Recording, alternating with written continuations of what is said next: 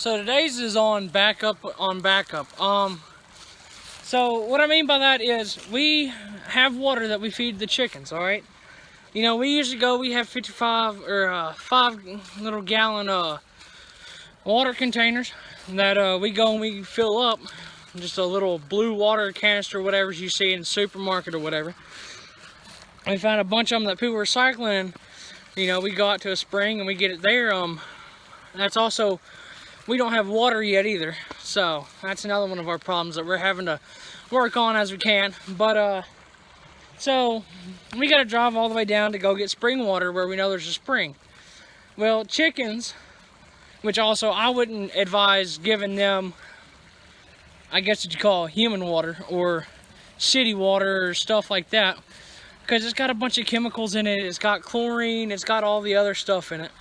But so, you know, during the winter especially, this creek right here behind me is full of water. So we just take a bucket with the string and we just go throw it down in there and we pull it back out, and you know, there you go, you got water. Some days you might have to make 2 trips, but during the summer, that doesn't flow much at all. I mean, you might be able to pull a gallon or 2 out at a time, and that's not going to get you anywhere. Especially with them drinking 4 to 5 gallons a day. And that's just with 20 chickens. Which we did sell too. I don't know if y'all heard or not, but we sold one of our roosters and one of our hens. So, that hen had stopped laying and had problems, and that rooster was having problems with a bunch of the other roosters. So, we decided to go ahead and get rid of them, so we sold them. But so right here, just simple Lowe's bucket with the string right there that we have, and we just throw it in there and do that. And we fill up these 2 out here, one right there of water. Just little pans, just little basic baking pans that we've had for forever that we don't ever use. And then we have this one right here, which is their water. These outside, they get rain. You know, I mean, we'll change them out every now and then and stuff like that, but for the most part, rain fills them up themselves, except for in the summer, we got to fill them definitely, but we'll wash them out. So, I mean, you know, I wouldn't use city water. I wouldn't do that. I just now got done getting a load of straw, that's why I'm sweating a little bit, and that'll be in our next video Thursday. You know, you always need straw. You know, they'll eat a little bit of it, they'll pick through it. Good to put on the ground, especially because it catches their poop, and you can put it out there in the garden or whatever. So sometimes what we've done before is just for fun. We mixed it with hay, but if we really got in a bind and we really needed hay or straw or some sort of something, you know, we could go mow our yard and just kind of let it dry a day and go out there with a rake it up, you know, and throw that in the bottom. I wouldn't advise it because you don't know what all stuff's in there.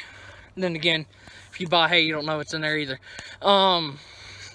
So I mean, there's a backup for hay. Feed, they don't really have to have feed. We give them feed just to spoil them and get them bigger and better laying and everything else like what we want. Proper nutrients. So that's my thing on you know, you want to have a backup upon backup. You know, we've got, you know, once we have public water, that'll be our last thing that we go to. We bring water in. We also, out of the creek right there, all you gotta do is walk around and just go grab it, come right back. You know, that's what we do, especially with these outside. We don't put water from the bins like right there. That's what we go get our water in. It's just normal spring water. You know, so there's a backup for water. There's a backup for straw or hay or whatever you want to put down there, which they'll eat on the hay a little bit. They'll eat less on the straw, which got pros and cons of both. But you can always go out and get grass or cut the grass, wait a day, rake it up, and use that, because I mean, you don't need that much. We only use, I'd say, 1/4 of a bale, if not a half, just for fun. Just to give them a little bit of extra stuff, but it is what it is. I mean, something else I want to say is grit. A lot of people feed them grit. We personally we'll feed them some grit, but we don't feed them most grit, because right here, every now and then, we'll go down there, we'll get a bucket load of gravel from the creek, try to find the smallest gravel in the creek and get it out and then bring it up here. Plus we'll feed them a little bit of grit. Something that we've noticed is we have what we call poop spots, which is up on the roost underneath. They poop like this right here. Right, I don't know if you can see it. Yeah, right there. There's a huge amount of poop all in one area. It's like cake. So that's something that we pull out a lot sooner than we pull out the rest of the stuff. We'll replace that area first. Bacteria and other stuff like to grow in that, which we don't want near our eggs and everything else.